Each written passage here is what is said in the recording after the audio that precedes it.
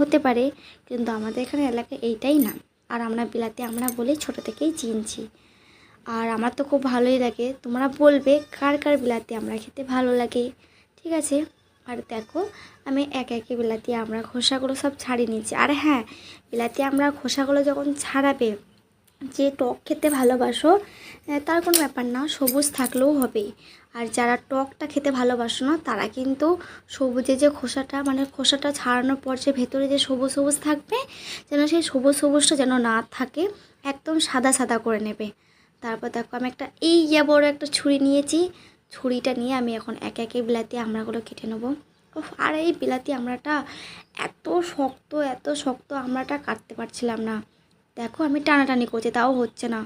আর প্রথম তো একটা কাটতে গিয়ে ছিটকে পালিয়ে গেল। আর দেখো আমি কেটে নিচ্ছি একে একে বিলাতি আমড়াগুলো আমার একে একে কাটা হয়ে গেলে দেখো আমি একটু সাইজটা একটু পাতলা পাতলা ছোটো ছোটো সাইজের করছি। তোমাদের যার যেরকম ইচ্ছা সে সেরকম করতে পারো। আমার হয়তো একটু পাতলা পাতলা খেতেই ভালো লাগে। বেশ এরকম পাতলা পাতলা করলে বেশ ভালোই লাগে খেতে। আমি তো পাতলা পাতলাই করতে ভালোবাসি। আর দেখো আমি বিলাতি আমড়াগুলো এইরকমভাবে আস্তে আস্তে পাতলা পাতলা করে ছিলে নেবো। দেখো আর লাস্টে তো হাতে করে পারলামই না, তারপর একটু করে কেটে নিলাম। দেখো একটা কাটতে গিয়ে ছিটকে চলে গেল, ও কোনো ব্যাপার না, চলে যাক, একটু একটু তো ছিটকাবেই, তাই না। আসল কথা কি, আমার না ছুরিতে কাটা অভ্যাস নাই, আমার না বটিতে কাটা খুব অভ্যাস। আর আমার বটিতে কাটতে ভালো লাগে, ছুরিতে কাটতে কিন্তু আমার ভালো লাগে না। তাও আমি একবার চেষ্টা করলাম যে যদি পারি, কেননা কেউ তো মায়ের পেট থেকে তো শিখে আসে না, কেউ আস্তে আস্তে করে ট্রাই করলেই দেখলেই পাবে। আর আমি ট্রাই করে নিলাম। আর দেখো হয়ে গেছে আমার কাটা। কত কষ্ট, আমড়াগুলো কাটতে কাটতে কাটতে কাটতে আমার হাত পুরো ব্যথা হয়ে গেছে, তাও আমি কেটে ফেলেছি, কোনো ব্যাপার না।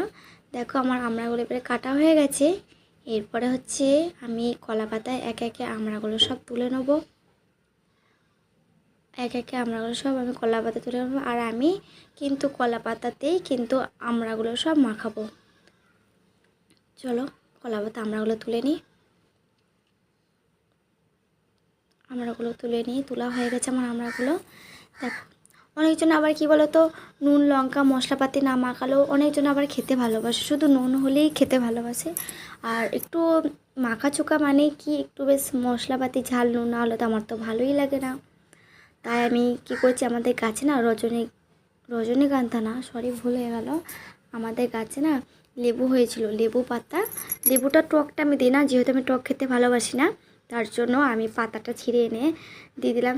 শুনেছি নাকি লেবুর গাছের পাতা দিলে নাকি বেশ গন্ধটা খুব সুন্দর লাগে। আর পাতাগুলো এত সেন্ট কি বলবো, খুব ভালো লাগছিলো সেন্টটা শুনে।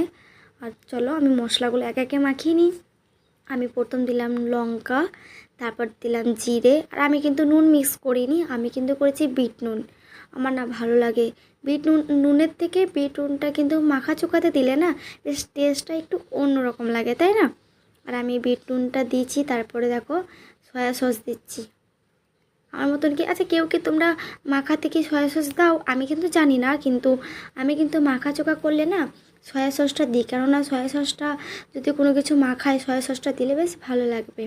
চলো তোমাদের সাথে গল্প করতে করতে আমার মশলা সব দেওয়া হয়ে গেল। এবার আমি একে একে সব মাখিয়ে নেব। আসলে চামচ দিয়ে না মাখানো হচ্ছে না, তাও একবার ট্রাই করছি, চেষ্টা করছি মাখানো। আর খুব ভয়ে ভয়ে আলগা আলগা করে আমি কিন্তু মাখাচ্ছি, কেননা যদি কলা পাতাটা ছিঁড়ে যায় তাহলে তো হয়েই গেল। তার জন্য আমি আস্তে আস্তে করে আলগা আলগা করে আমি মাখাচ্ছি। চলো আমার কিন্তু এবার রেডি, একদম কমপ্লিট। এরপর আমি একটা খেয়ে টেস্ট করে দেখি কেমন লাগছে। কি বলবো, আমার তো দেখেই আমি করছি আর মানে ভাবছি যে কখন হবে কখন খাবো। আমার তো খুব ভালো লাগে এই মাখাগুলো খেতে, খুব ভালো লাগে। তোমাদের কার কার ভালো লাগে আমাকে কিন্তু অবশ্যই কমেন্টে জানিও।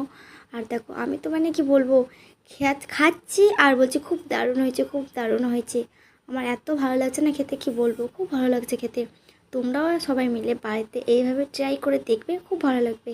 আশা করি আমার ভিডিওটা খুব ভালো লেগেছে, তোমরা কমেন্টে জানাবে। Tata bye bye.